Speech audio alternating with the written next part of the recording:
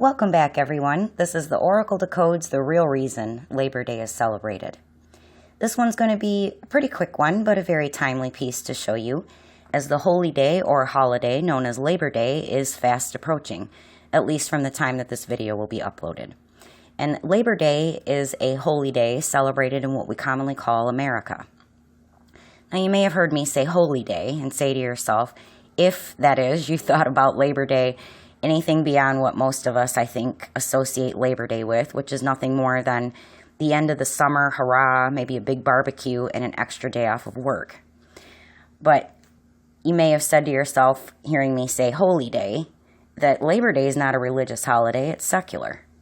And yes, that's what we've all been taught, but we're going to learn here what's really behind this Labor Day celebration, and it's for reasons up until now none of us have been told the whole truth about.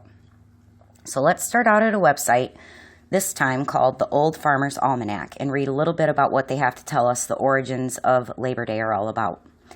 A day to celebrate, supposedly, the contributions and sacrifice of the American worker.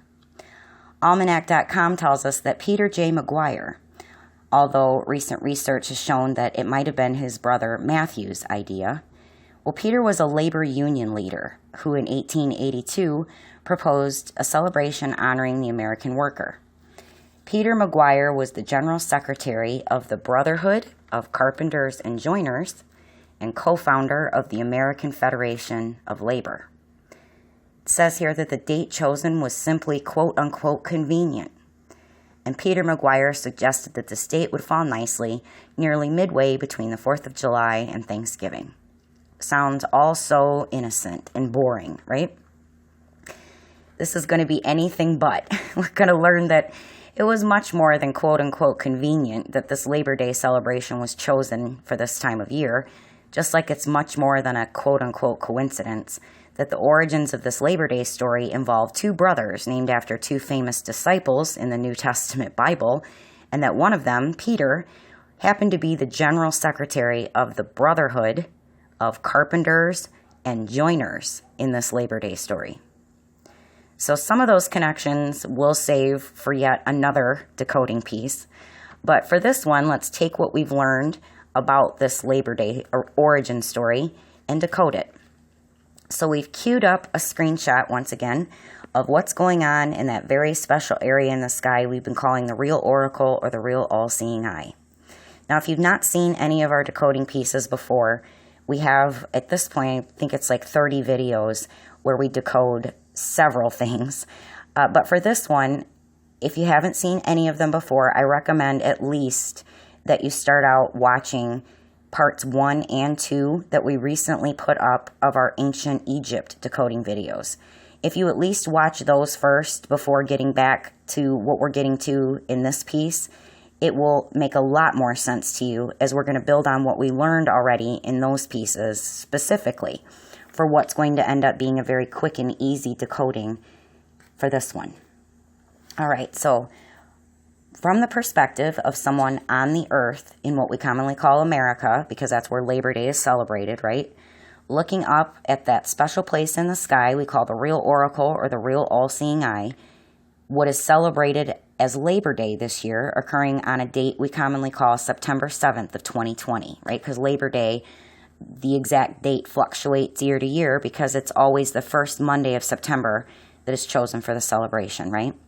So we're also choosing the time to look at just 5 minutes after midnight. And the reason that this time is chosen is because the Gregorian calendar timeline, right, the calendar that we currently use today, its official start, right, quote-unquote official start, is January 1st of every year, and the start, quote-unquote officially of every day is midnight. So that's when the day officially begins. So that's what we're taking a look at. So notice that it's then that the entire constellation of Taurus that we've looked at many times in previous pieces has risen completely above the eastern horizon at this time. And take a look once again at the way the constellation of Taurus is shaped. And you can see that for this story, the storytellers again imagined a story from the way Taurus is shaped about a woman who is about to give birth. Or in other words, a woman who is in labor. especially in conjunction with the constellation we know nowadays as Cetus the Whale. Again, something we've looked at before in previous pieces. Cetus is also risen completely above the eastern horizon just after midnight on Labor Day, looking like, to the storytellers of this story, once again, like a giant baby in the sky. So notice that what we're looking at here is that these are constellations coming up and having risen completely above the eastern horizon where things begin, and it's the time of day that is the quote-unquote official start of the day, so the beginning of things. If we flip our perspective around from the nighttime, midnight sky, where things begin on Labor Day in the east, to closer to approaching the more midday, noontime sky, and we're going to still see how the story fits. Now we have to start at just after 10 o'clock in the morning on Labor Day because once again we're seeing that there's evidence that even Stellarium has some tricks up their sleeves to occult some of the things from our view in the sky story to decode them.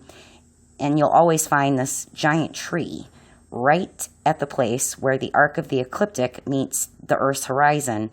So in other words, occulting our view from every zodiac constellation, the sun, the moon, and all the known planets, right where they cross over this special crossing point, descending into the western horizon.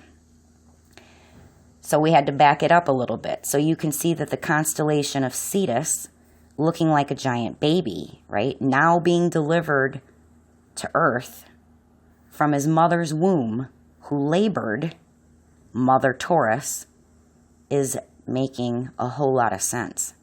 Especially when you also take note of the fact that beginning on the Gregorian calendar timeline, starting at January 1st, right, we're looking now exactly 9 months and 1 week later on Labor Day, corresponding to the exact length of time, 9 months and a week, that is the most common full-term pregnancy for a woman here on Earth.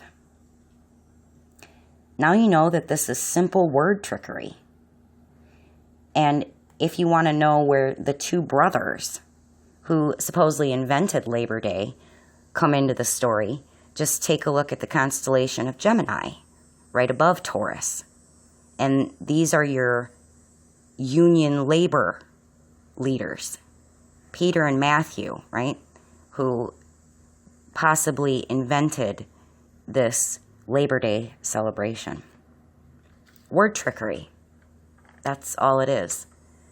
The same liar, liar, pants on fire, secret drama society cult members who keep this knowledge hidden from you and use these tricks, they know all about it.